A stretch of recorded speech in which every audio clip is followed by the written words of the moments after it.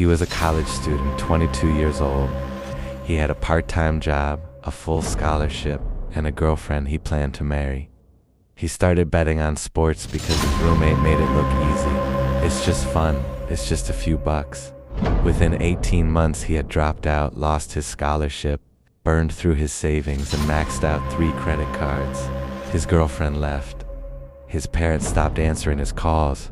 He was living in his car, placing bets on a phone he could barely afford. He did not have a gambling problem. He had a biology problem, one that the machine knew exactly how to exploit. Welcome to Mysterious Encounters. Tonight, we continue the case files of the harvested brain.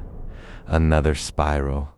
Another story of a life hijacked by the machine's design. He was bored, not depressed, not anxious, bored. He had grown up with screens' infinite stimuli, endless scrolling, constant novelty. When the screens were off, the boredom was unbearable. His roommate was using a betting app. He watched over his shoulder. The colors, the sounds, the quick decisions. It was a video game with real money. He signed up. He placed his first bet on a baseball game he had never watched. He won. He felt a rush. Not happiness, just something other than boredom. That was enough. The machine does not need your passion. It needs your attention. And attention is easiest to capture when you are trying to escape. He was not escaping. He was being directed. The first bet became a weekly habit. The weekly habit became a daily one. He was not chasing losses. He was chasing the feeling of doing something. The app gave him a sense of purpose. He was making decisions. He was risking. He was alive. He started betting on sports he did not know. He started betting on games he could not watch. He was not a sports fan anymore. He was a button presser. Input, output, repeat. His bets grew larger. His losses grew more frequent. His reactions grew more extreme. A win was a moment of relief. A loss was a spiral of self-loathing. He started borrowing money. From friends, from family, from lenders who charged 400% interest. The lenders shared data with the app. The machine knew he was vulnerable. It offered him more opportunities. It knew he would accept. He stopped going to class. He stopped answering his phone. He stopped eating regularly. He told me, I did not recognize my own reflection. I was not a student. I was not a person. I was a loop. The loop is the spiral. Each cycle tightens. Each cycle accelerates. The machine does not need to force you. It only needs to keep the loop running. Let's look at what was happening inside him. Dopamine was his constant companion. His brain had been shaped by screens since childhood. He required constant stimulation. The app provided it. Cortisol was spiking during losses and near misses. He was in a state of chronic low-grade stress. The stress made him seek relief. The app offered relief through the next bet. Serotonin was dropping. He was less able to regulate his mood. He was more impulsive. He was more likely to chase losses. Boredom is not the absence of stimulation. It is the depletion of dopamine.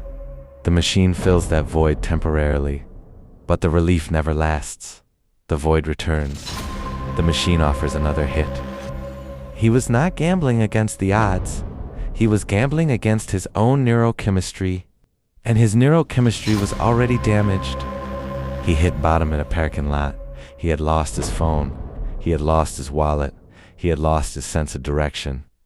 He sat on the pavement staring at a puddle of rainwater and watched his reflection flicker. He said, I saw a stranger.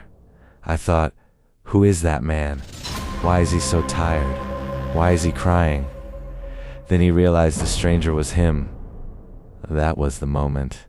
Not a decision. A crack. The dissociation broke. He felt everything at once. The shame, the exhaustion, the emptiness. He called his parents. They did not know what to say. They said, come home. He dropped out of school. He started therapy. He joined a recovery group. He deleted the app. He told me the first 3 months were worse than anything I ever imagined.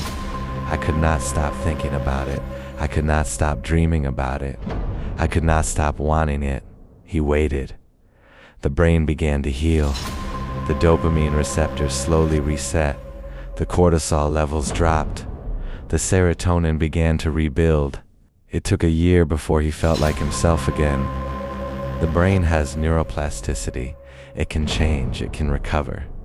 But the machine does not heal.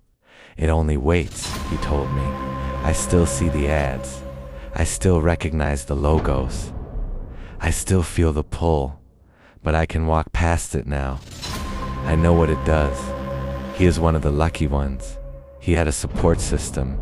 He had his parents. He had the time to heal. Most people do not. This has been a mysterious encounter with the spiral. Next week, we continue the case files. Another brain. Another victim. The machine is designed to exploit biology. It is not a flaw. It is the architecture. But the brain can heal. The loop can be broken. You just have to stop clicking long enough to hear your own thoughts. We will continue.